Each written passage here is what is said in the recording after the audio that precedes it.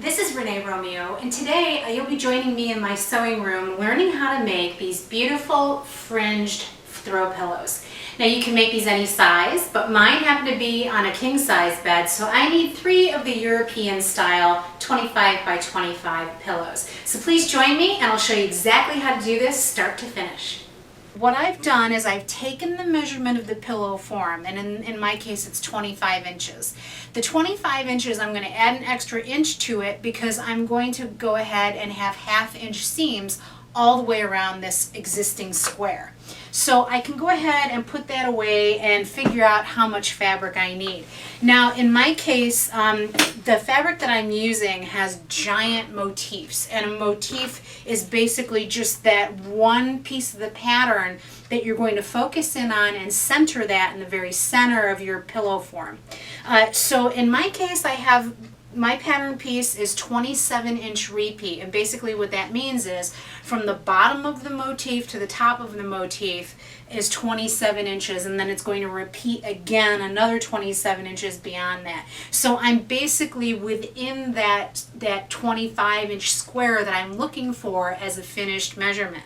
And luckily for me, on one piece of fabric, which is usually 54 to 56 inches wide, I can get 2 squares out of one width of fabric. So I'm going to purchase my 27 inches and then another 27 inches and then another 27 inches because I'm making 3 pillows to go across the back of a king size bed.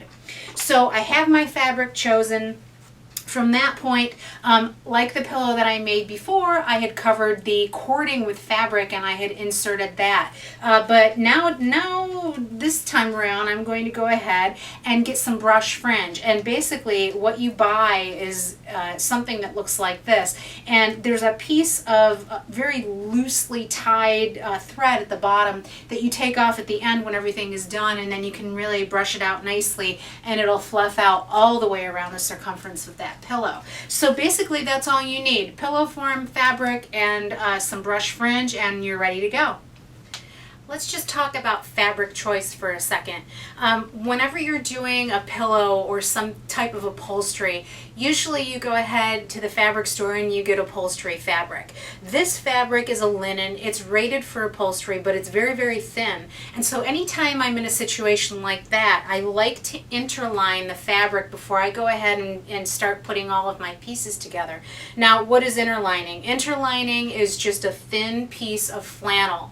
And what it does is it gives that fabric an extra little bit of body, so that way it's not going to be pulling quite as much underneath anybody that happens to be sitting or laying on it. So what I've done is I've taken that bit of inner lining and I've simply basted it to the back side of the fabric. And from this point, since this is done, I can go ahead and I can put the trim on all of the edges before I actually sandwich that together with the other finished piece. So I've gone ahead, I've done that. I'm going to take my trim and I'm going to take it over to the machine, and basically all I'm going to do is I'm going to line it up along the edge and just baste it in place along that stitched portion of the existing trim. So let's try to visualize exactly what we're doing here and how you line up this trim. You wouldn't sew it on like this because basically anytime that you sew anything together, you sew fabric with right sides together to get a finished piece. If you sewed it on like this, it wouldn't turn out right. You wouldn't see it at all. It'd be facing the inside of the pillow. So you need to make sure this is going to wind up inside the pillow, and if you're going to be putting right sides together as you sew, well then when you turn it out, the trim will be on the right side. So that's the concept behind that. The other concept is I'm working on the bottom side of the pillow, and the bottom side of the pillow you can choose anywhere on that edge to line this up with. I'm going to do mine right about here, right around the corner, just to show you really quick how to go ahead and stitch this. So this is in place. Now you'll see, hopefully, if I can get close here, this is sewn on as like little loops, and all you want to do to make that turn at the corner is you're going to be slicing in between those little loops. So you line that up with your scissors and give it a clip. So I'm going to do that right now, and I'm going to clip it at the 1/2 inch point. So I'm going to measure about 1/2 inch away from this edge. I'm going to clip that in right about there, and I'm going to clip up till I can manipulate it just a little bit around that corner and get that in place really well. And then set the needle in, and then you're going to make the turn. So you're going to turn your fabric toward you, and then you're going to take this piece of trim and you're going to push it as far as you can into that needle. That's going to give you a nice crisp corner when you make the turn. I'm coming to the next corner, and again, this is the edge that I'm going to make the turn, and so I'm going to take this trim and I'm going to go inside the loops a 1/2 inch away from this edge, and I'm going to clip it. Now this could be approximate, doesn't have to be dead on, because this fringe is very forgiving. So go ahead, go up to that point where you clipped, and then turn your fabric to come down this way, and then you're going to take that fringe and you're going to push it in this direction. So I'm pushing it up toward the needle, and then I'm putting my presser foot back down and just continuing on. Now, with this method, you don't need to pin any of this trim in place. This is all you're doing at this point is you're basting. Okay, you'll see the trim is sewn in place. It's all basted.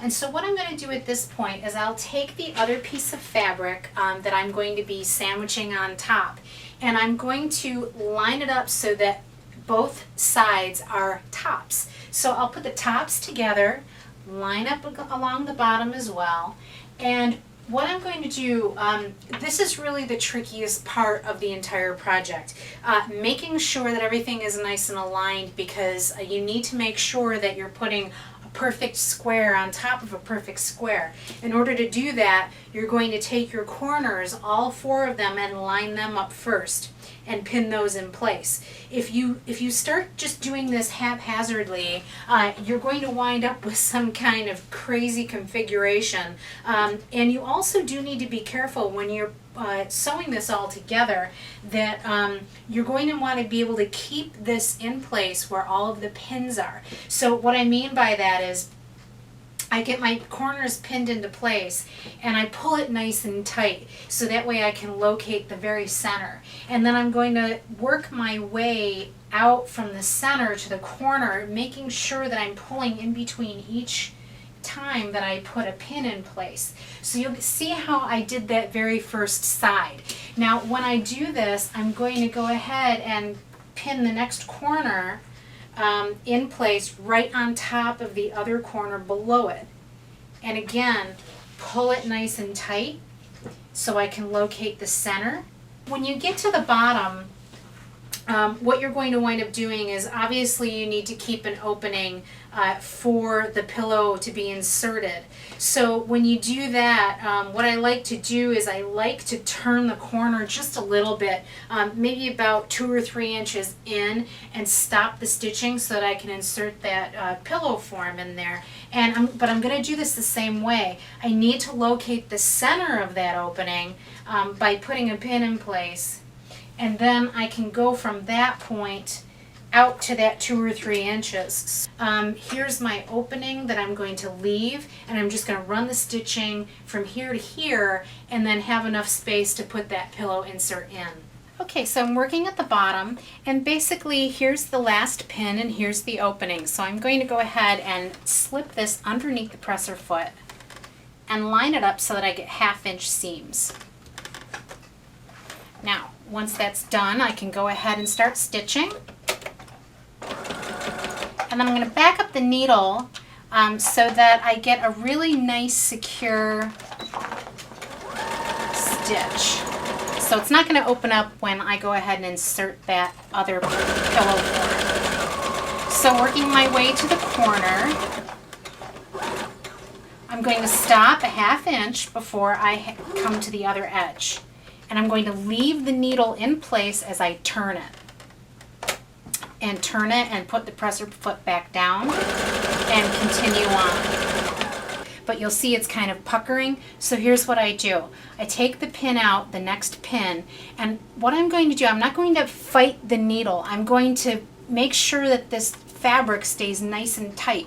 So I'm just going to pull on it toward me, but not away from the needle, and pull it with the other side, with my other hand, so that it stays nice and tight as it goes. So you'll see I'm not using a whole lot of pressure. See, it's building up again, so I'm going to take that out, pull it, and continue on. And when you get to the corner, you'll see that that whole side is going to lay nice and flat as you go all the way down. And that's exactly what you want. If you don't do that and you let those puckers build up, you're going to wind up with some crazy looking pillow. And I'm finished stitching, so all I'm going to do at this point is take my scissors and trim away any excess fabric I have on the corners, so that way when I turn them to the right side, it's going to be a nice crisp corner. That's something you really need to do before you turn it right side out. Okay, I'm getting the last corner turned out. And basically what you're going to do is you're going to be pulling on this brush fringe to get your corners as neat as you can at this point, because you haven't removed this piece of thread from the edge of the brush fringe yet. Your corners aren't going to be nearly perfect. But this is what you wind up with, and there's your opening. From this point, you'll see I've got my fabric edge and my fringe edge. And what I'm going to do, I'm going to take some pins, and I'm going to follow this over at the 1/2 inch mark. So you see I have that folded over 1/2 inch, and I'm going to pin it to the 1/2 inch mark on this side. Try to pull it as best you can at this point until you get all your pins in, and then you can kind of adjust things left or right depending on where the fabric is puckering. But you'll see that it's going to be nice and lined up and nice and tight, and that's exactly what you want to do as you're pinning, is pull it as you go. The next bit here we're going to complete with monofilament thread. Monofilament thread is clear. It's very stretchy. Usually you use it for reupholstery pieces, and the reason why is because it blends with every single color on the spectrum. And you can use this in a cushion, you can use this in a pillow, and it'll bend and flex with whatever's on top. So you'll see what I'm doing here is that several times I'm looping the end over onto itself and tying this into a nice big knot. Can you see that? So now this is where I came around the corner, and I've got this sewn with the machine. So now I'm just going to come in, and I'm going to run my very first stitch through here. Now, I take the needle and I go back through, I grab a little bit of fabric from this side, and I'm going to run it through to the other side, and then I'm going to grab a little bit of fabric from this side as well. So hopefully you can see there's just a little bit of fabric there that I'm grabbing, and I'm just going to go back and forth over the whole pillow this way. So now I can go back through the fringe and either pick it up through the fringe or come back in and pick it up here. And that's basically all I'm going to do the entire length, back and forth, back and forth. The bottom edge is all sewn together. So this is really my most favorite part of the entire project, is taking this piece of thread off of the fringe. And so all you're going to do is choose one side. It's got two sides of thread, and you're just going to choose one side and pull it, and it's pretty easy to get this to come off, and you'll see just how beautiful that's going to look once it's all fluffed out. So as you saw in the intro, the pillows are all done, and I'll just show you. I really like to karate chop these when they're on a bed like this, especially when you have three all the way across. It creates a nice visual line across the bed instead of cutting it in half. So that's a really good tip if you're putting 3 of these pillows across a bed, just to try to break it up a little bit. So this is Renee Romeo. Thank you so much for watching this video, and I'll bring you another great sewing project in the future.